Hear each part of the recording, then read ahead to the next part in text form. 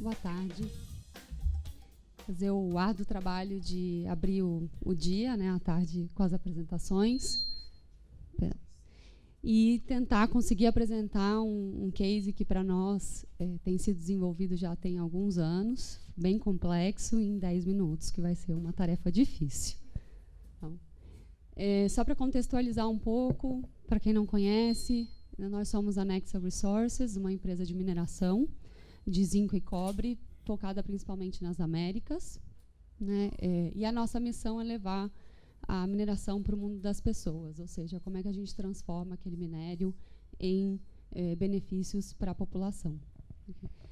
Nesse sentido, a nossa aspiração estratégica, o nosso planejamento estratégico, ele traz sustentabilidade em todos os seus sentidos da palavra, né, como o principal viés, um dos grandes vieses da estratégia de negócio, e não poderia ser diferente quando a gente fala em relação aos ODS e como que o ODS se conectou a toda essa estratégia.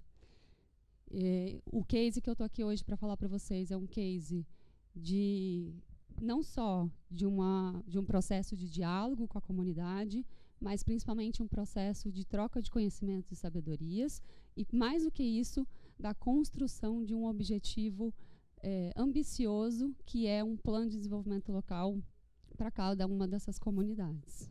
Né? Nós aplicamos esse case em 4 localidades, 4 territórios onde está presente, todos no interior de Minas Gerais.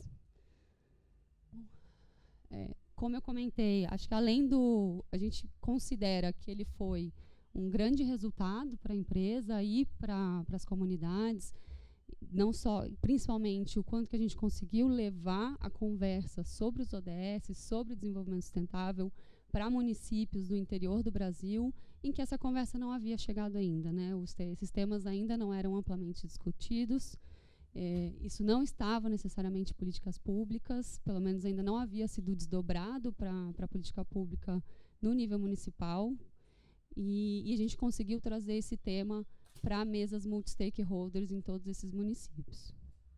Então, além do próprio resultado final, que foi a construção desse desafio, desse plano, do que seria prioridade de desenvolvimento sustentável para esses municípios até 2030, né, e como que isso estaria alinhado aos planos de ação dos outros atores, para além da empresa, também presentes no município. O próprio processo a gente considera que o próprio processo também foi um resultado por todo esse envolvimento, engajamento e troca de conhecimentos que aconteceram ao longo desses anos. Nós começamos em 2015 com diagnósticos, estudos aprofundados, levantamentos de mais de 147 indicadores socioeconômicos de todas essas localidades e o compartilhamento desses indicadores com vários stakeholders de todos os setores. A partir daí, dessas análises, a gente passou por um diálogo de conversas com esses stakeholders, em que colocamos na mesma mesa vários setores e atores que antes não se conversavam, para ter uma conversa única sobre o plano de desenvolvimento do município. A gente teve algumas falas, por exemplo, de municípios que falaram que nunca sentaram, que já tinham, obviamente, feito parcerias bilaterais e acordos entre um e outro, mas que eles nunca haviam sentados todos na mesma mesa para falar sobre o bem comum. Então, esse processo foi um processo muito positivo e com bastante interação, tanto do nosso público interno. A gente também trouxe essa discussão para dentro das fábricas e das operações. A gente tem fábricas com mais de 1.000 empregados, diretos e terceiros, e o quanto que eles também fazem parte desse público, e o social conseguiu, então, entrar no dia a dia deles e eles entenderem que isso fazia parte da operação e da produção também. Fizemos esse processo de conversa, análise e pactuação do plano com eles, e isso não para por aqui, né? Com certeza, o plano ele traz uma primeira perspectiva, mas o resultado final com certeza vai ser 2030, quando a gente puder mensurar o que de fato trouxe desenvolvimento local para os municípios. Só para vocês terem uma noção, foram 92 reuniões, mais de 940 participações em campo, com metodologias participativas de conhecimento, priorização desse processo. E, no final, nós construímos 6 planos de desenvolvimento locais, né, que envolveram 12 temas gerais, 26 objetivos específicos, que desembocaram 96 frentes de trabalho e 174 indicadores para serem monitorados. Ou seja, um bom trabalho aí pela frente para conseguir mensurar esse impacto social a partir de agora.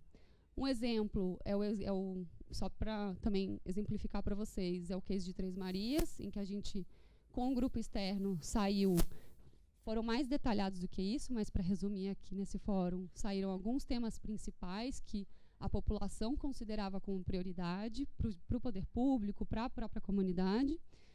A partir daí, a gente trouxe para dentro da fábrica para discutir com os nossos colaboradores o que eles também achavam como moradores e como participantes daquela comunidade, o que seria prioridade.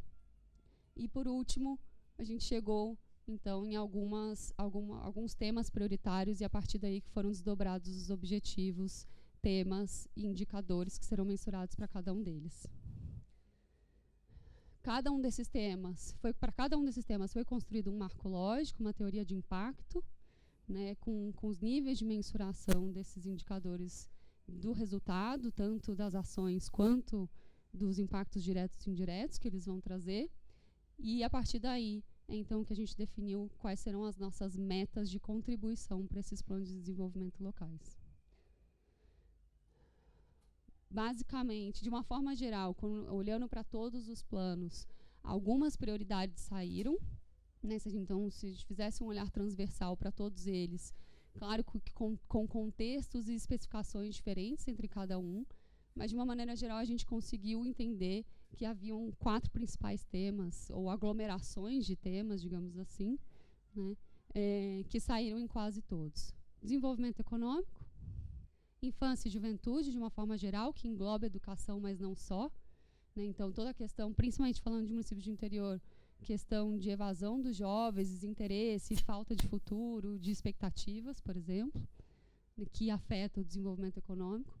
Gestão pública e participação social, o quanto que há ou não há transparência, há ou não há controle, boa eficiência dessa gestão, e água, saúde, preventiva e saneamento.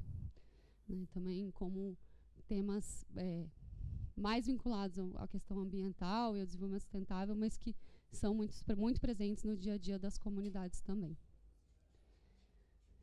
De resultados, como eu comentei, além dos próprios planos, a gente teve um fortalecimento muito forte da questão social dentro do negócio, esse link com a estratégia, a participação de gerentes gerais de operação, de lideranças da empresa nesse processo como um todo, nessa internalização. E, obviamente, a participação de todos os setores da comunidade que trouxeram questões como que nunca haviam sido discutidas, não haviam sido priorizadas e que eles entendiam que eram importantes, né? Então, como que a gente chegou em prioridades comuns para múltiplos interesses e, muitas vezes, o grupo pensou pela primeira vez na coletividade. Eles trouxeram isso como um ponto muito positivo. A gente já percebeu algumas repercussões desse processo. Por exemplo, a presença no recém-criado Conselho Municipal de Desenvolvimento Local Sustentável. Um dos municípios criou um conselho municipal e eles começaram a participar desse conselho por conta desse processo. Funcionários passaram a participar do conselho comunitário e criaram uma feira na cidade, ou seja, já tiveram algumas repercussões em relação a essa participação e atividades concretas. Gestores públicos se engajaram em problemas vinculados apontados na agenda social. Plano plurianual de metas do governo municipal, que foi feito ano passado, baseado nos objetivos de desenvolvimento sustentável. Então, a gente conseguiu também trazer isso para dentro do plano plurianual de meta dos governos municipais. E bairros antes vulneráveis e que estavam distantes de políticas públicas começaram a ser envolvidos E alguns benefícios que não chegavam naquele bairro começaram a chegar. É isso. Obrigada.